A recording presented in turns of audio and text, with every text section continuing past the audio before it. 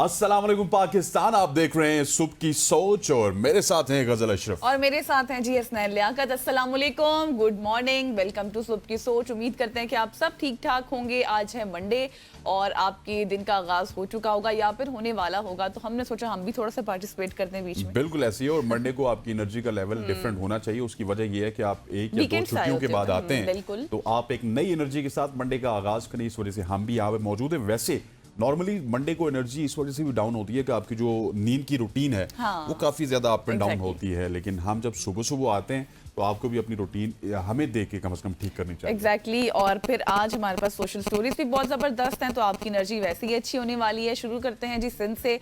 आपको सिंध लिए चलते हैं जहां पर थर्ड डेजर्ट सफारी ट्रेन जो है वो मुतारिफ कराने का ऐलान कर दिया गया है बाकायदा तौर पर। और ये ट्रेन जब चलेगी तो जाहिर है ये एक टूरिज्म को प्रमोट करेगी, एक बूस्ट अप मिलेगा बहुत ज़्यादा। और आपको फिर पता है कि एक मेजर जगह बन जाएगी सिंध जहां पर इस तरह की ट्रेन चलेंगी। और सिंध में थर्ड डेजर्ट सफारी ट्रेन जो है मुतारिफ कराने का मकसद भी यही है ताकि आप टूरिज्म को प्रमोट किया जाए। और सिंध हुकूमत ने जो है वो इसके साथ साथ आपको बताएं कि सियाहत के फ़रोग के लिए ये ट्रेन मुतारिफ कराने का ऐलान किया है। जबकि 8 फरवरी को कराची से रवाना ये आई थिंक हो गई है, फिर ये 8 फरवरी तो गुजर चुका है। और वज़ीर सकाफत और सियाहत सैयद जुल्फ़िकार अली शाह इस खुसूसी ट्रेन का उन्होंने इफ्तिताह भी किया।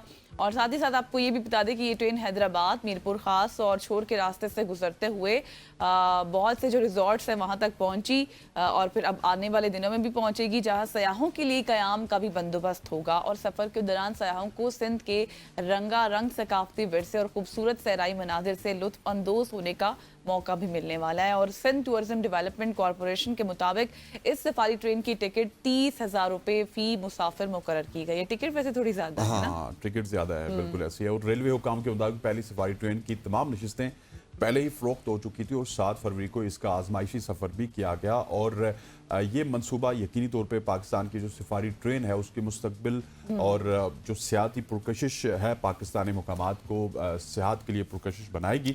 और डेफिनेटली जो डेजर्ट सफारी है या डेजर्ट सफारी ट्रेन का जब भी हम सुनते हो तो हमारे ज़हन में आ जाता है कि हम दुबई की बात कर रहे हैं, लेकिन पाकिस्तान में इस तरह के बहुत सारे डेजर्ट मौजूद हैं जिनके ऊपर काम करना चाहिए। और सिंध गवर्नमेंट वंस अगेन इसके ऊपर काम कर रही है। लेकिन वही बात गजल जो हम करते हैं कि काम तो होता है लेकिन वो करते कराते बाद में पता नहीं वो काम कहाँ चला जाता है, इम्प्लीमेंटेशन नहीं होती। तो हमें मेरा ख्याल है कि बायसियत पाकिस्तानी के जितने भी अच्छे काम हैं इनको अप्रिशिएट भी करना चाहिए और साथ साथ अपनी गवर्नमेंट को भी हमें मेरा ख्याल है कि याद दिलवाना चाहिए कि आपने ये सफारी ट्रेन स्टार्ट की थी, वो कहाँ तक पहुँचा, वो प्रोजेक्ट कहाँ पे है, उसकी प्रॉफिटेबिलिटी कहाँ तक पहुँची है। अच्छा जी, आगे बढ़ते हुए अब एक खबर तो आपने सिंध से बता दी, अब दूसरी खबर मैं आपको पंजाब से बताऊंगा। और पाकिस्तान में भी ऐसी बहुत सारी चीज़ें हैं, लेकिन आज मैं जो फिगर्स आपके सामने पेश करूंगा वो पाकिस्तान के नहीं बल्कि पंजाब के। पाकिस्तान में और पंजाब में ग़िज़ाई किल्लत का सामना है और माहिरीन का जो फूड फोर्टिफिकेशन है उस पर जोर दिया गया है। पाकिस्तान में आम खुराक जैसे कि आटा, घी, तेल और चावल अहम ग़िज़ाई अज्जा जैसे कि जिंक, फौलाद और विटामिन ए और डी से महरूम हैं। और इसी की वजह से पाकिस्तान में जो बच्चे हैं और ख़वातीन हैं उनमें ग़िज़ाई किल्लत तशवीशनाक हद तक बढ़ चुकी है। Now let's talk about Punjab. Punjab में क्या सूरत हाल है? पंजाब में 52% बच्चे खून की कमी का शिकार हैं, 70% बच्चों में विटामिन डी की कमी पाई जाती है और 41% ख़वातीन में एनीमिया और 80.5% में विटामिन डी की कमी पाई जाती है। माहिरीन का कहना है कि ग़िज़ाई किल्लत से बचाव के लिए फूड फोर्टिफिकेशन, खुराक में विटामिन और मादनियात शामिल करना ही वाहिद और पायदार हल है। और माहिरीन ने हुकूमत पर जोर दिया है कि वो पंजाब में भी फूड फोर्टिफिकेशन के लिए कानून साजी करें, क्योंकि सिंध, बलोचिस्तान और खैबर पख्तूनख्वा पहले ही इस हवाले से कवानीन मंजूर कर चुके हैं। एग्जैक्टली जिस तरह से आपने अब ये अदाद शुमार बताए हैं ना बाकायदे तौर पर, जिस तरह से विटामिन की कमी है ख़वातीन में भी, बच्चों में भी। और हम देखें आए रोज़ इस तरह की स्टोरीज भी देख रहे होते हैं और इस तरह की वीडियो सोशल मीडिया पर आ रही होती हैं जिसमें हम देख रहे होते हैं जहाँ पर जो है मशरूबात बनाए जाते हैं, कलर्स डाल दिए जाते हैं। फिर नूडल्स की आप मिसाल ले लें, जिस तरह से नूडल्स बनाए जाते हैं कितने शौक से खाती हैं ख़वातीन भी, बच्चे भी। और ये सब चीज़ें आप खा तो लेते हैं लेकिन आपके अंदर जो है वो ग़िज़ाई किल्लत पैदा हो रही है, अब वैसा आपको माहौल नहीं मिल रहा, एनवायरनमेंट पहले ही हमारा डिस्टर्ब है, ऊपर से इस तरह के खाने, तो बहुत ज़्यादा परेशान कुन सूरत हाल है। इस हवाले से हम यही जो है रिक्वेस्ट कर सकते हैं गवर्नमेंट से कि इस हवाले से थोड़ा सा बिल्कुल। इसके ऊपर नजरसानी की जाए। तो जी आगे बढ़ते हैं और आपको लिए चलते हैं जी, एक बहुत ही ज़बरदस्त कारनामा सर अंजाम दिया है। एक 14 साला बच्ची ने हुआ कुछ यूँ, बलोचिस्तान से उनका ताल्लुक है और 14 साल की हैं जुनैरा क़य्यूम, जो कि यूनिसेफ की यूथ एडवोकेट बराए मौसमियाती तब्दीली और लड़कियों के हुकूक के लिए मुंतखब उनको कर लिया गया है। So congratulations to Junaira and her family. जिस तरह से इतनी कम उम्र में, एक तो बलोचिस्तान से उनका ताल्लुक है, उनको एडवोकेट जो है वो मुंतखब कर लिया गया, पाकिस्तान का नाम जिस तरह से रोशन किया उन्होंने। COP29 समेत आलमी फोरम्स पर पाकिस्तान की नुमाइंदगी की। 2023 में भी जुनैरा मौसमियाती तब्दीली के लड़कियों की तालीम पर असरात के मौजू पर यूनिसेफ की पॉलिसी रिसर्च जीत चुकी हैं।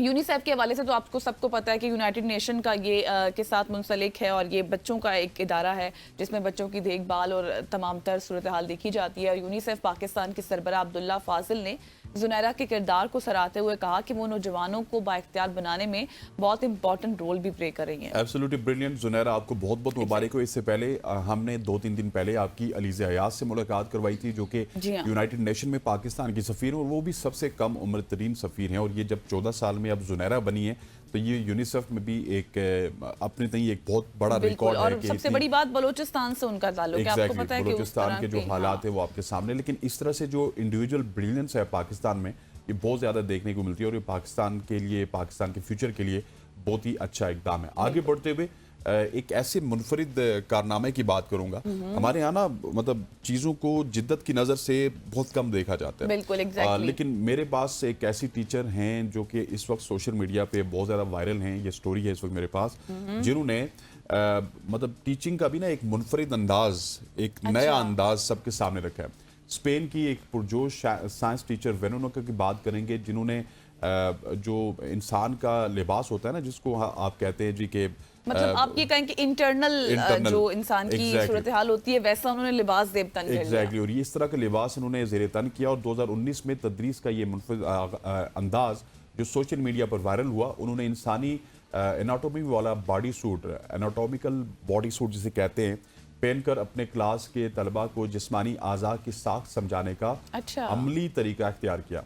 ये तदरीसी अंदाज ना सिर्फ बच्चों के लिए दिलचस्प और मौसर साबित हुआ, बल्कि दुनिया भर में जदीद तदरीसी तरीकों में इस तरीके की अहमियत को भी उजागर किया गया कि किस तरह से आप बच्चों को एग्जैक्टली वही चीज़ें समझा सकते हैं जो कि वो समझना चाहते हैं। एग्जैक्टली। और इंटरनल ऑर्गन्स जो इंसान के होते हैं उसको विद डायग्राम के साथ मतलब वो सूट पहनकर समझाना एक बहुत ही इनोवेटिव सा आइडिया है बच्चों के, मतलब देखिए ना, अंडरस्टैंडिंग के हवाले से बहुत अच्छा ये इनिशिएटिव लिया गया है।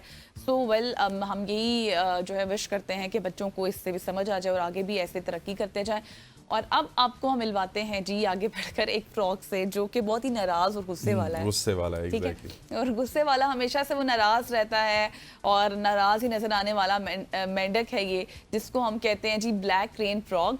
और जनूबी अफ्रीका के साहिली इलाकों में पाया जाता है ये ब्लैक रेन फ्रॉग। अपनी मुस्तकिल वसीली शक्ल के बाइस इंटरनेट पर इस वक्त बहुत ज़्यादा फेमस हो चुका है, जिसको अभी इस वक्त आप स्क्रीन पर भी देख सकते हैं। और ये मेंढक ज़मीन के अंदर सुरंगें बनाकर रहने वाला जानदार है, जो उमूमन बारिश के मौसम में बाहर निकलता है, बारिश को एंजॉय भी करता है।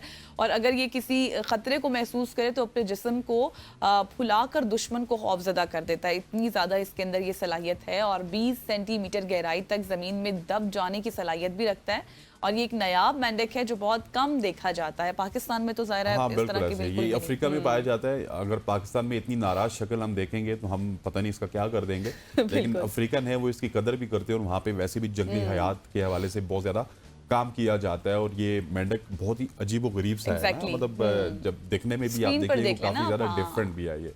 अच्छा, आगे बढ़ते हुए आपको अब मैं चक रिपब्लिक ले जाऊंगा। जहां पे 94 साला खातून की एक रंगीन दुनिया उन्होंने बसाई है। चक रिपब्लिक के लोका गांव की 94 साला अनिस्का, जो माजी में एक ज़री खातून थी, अपने गांव को खूबसूरत रंगों में रंगने में मसरूफ़ हैं। ये शौक उन्हें एक रिटायर्ड खातून से मिला जो गांव की दीवारों और खिड़कियों पर रंगीन फूलों के नक्श बनाती थी। अनीसा का कहना है कि मैं सिर्फ एक आर्टिस्ट हूँ और मुझे ये पसंद है कि दुनिया को खूबसूरत बनाने में मुझे मदद करनी चाहिए। और वो बहार और गर्मियों में नीले रंग के मुनफरिद फूलों के डिज़ाइन बनाती हैं जो अब आलमी शोहरत हासिल कर चुके हैं। और पूरे का पूरा गांव अगर देखा जाए तो उन्होंने इसी तरह से सजाया हुआ है। एग्जैक्टली और देखिए कि वो 94 साल की हैं और उनकी जिस तरह से उन्होंने डिजाइनिंग की है और वो ये कहती हैं कि I am artist and I enjoy it, मैं बिल्कुल इसको एंजॉय करती हूँ और मुझे इसमें कोई भी शर्म महसूस नहीं होती और मतलब ये मेरा एक आर्ट है और मैं इसको यूटिलाइज करना चाहती हूँ।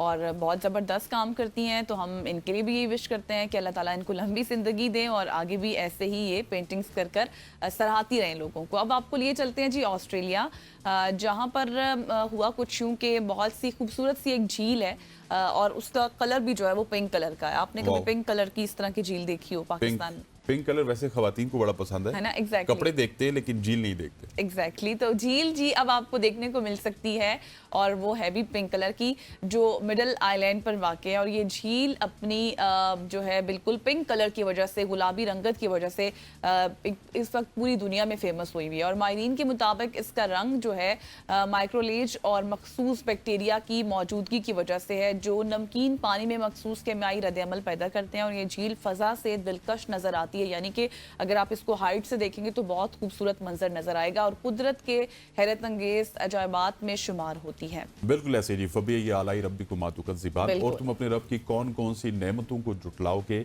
कभी हम काले कलर की झील देखते हैं, कभी हम गुलाबी कलर की देखते हैं। एक दिन हमने ब्लू कलर की झील आपको दिखाई थी। सुर्ख भी पानी हमने देखा, सुर्ख याद है पानी, आपको? हाँ एग्जैक्टली, सुर्ख पानी वाली झील भी आपको दिखाई थी। तो इस तरह की चीज़ें दुनिया में होती हैं और इनको शेयर करने का मौका अगर हमारे यहाँ नहीं है तो पूरी दुनिया में जो कुदरत के Exactly. मनाजिर, हमारे यहाँ भी बहुत ज़्यादा कुदरती मनाजिर हैं, लेकिन दुनिया में भी इस तरह की बहुत सारी मिसालें मिलती हैं। ख़वातीन हज़रात, यहाँ पे वक्त हुआ चाहता है एक शॉर्ट सी कमर्शियल ब्रेक का। आप ब्रेक लेते हैं, वापस आते हैं। Stay with us.